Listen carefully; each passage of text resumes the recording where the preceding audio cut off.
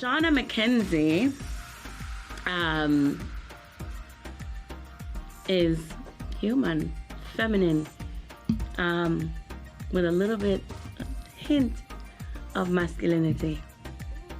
I'm loving, I'm kind, and I share, I care a lot.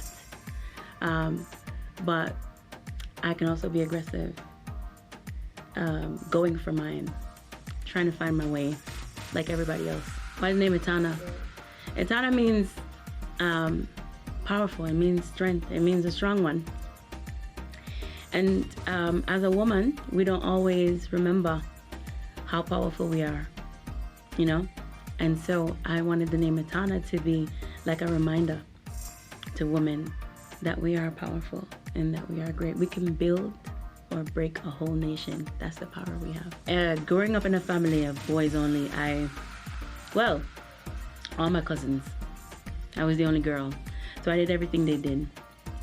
I played Spider-Man, cowboy, gun war, climb trees, climb the house, jump off the rooftop because I'm Superman. All the things the boys did, I did. I played with the trucks. They broke my dolls. It was fun though. It was really fun. I loved going to the river. Even though I knew that I would get a thrashing from my grandmother, some licks for going to the river without permission, we would still go, we would sneak and go. And I knew that I wanted to travel. I knew that I wanted to do great things as that little girl being a tomboy.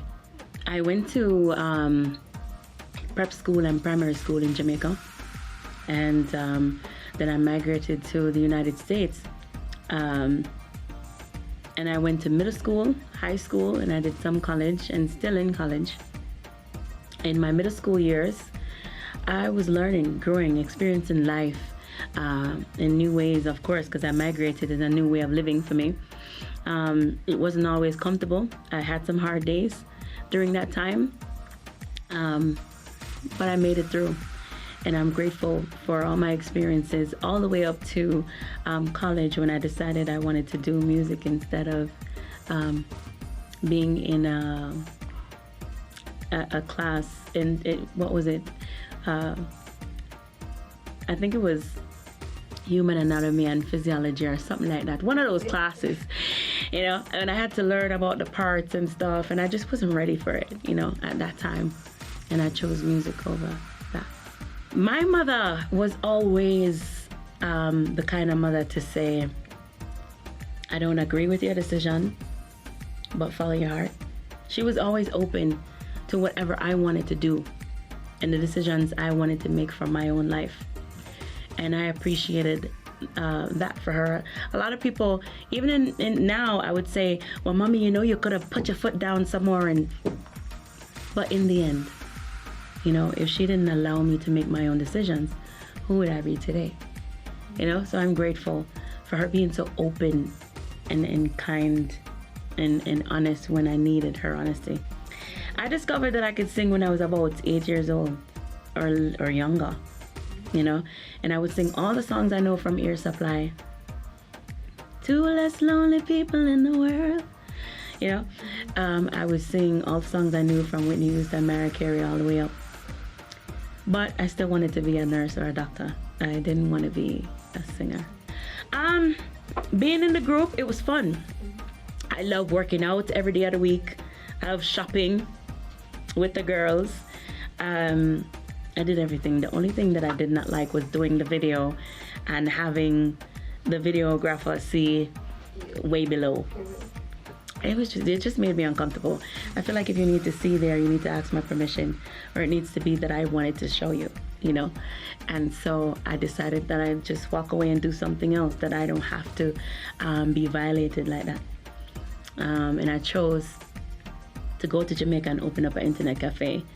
And then I met the managers of Fifth Element because they wanted a background vocalist for Richie Spice. And that's how I got into music. That's a whole journey in itself. At the time when I was in the group, I was already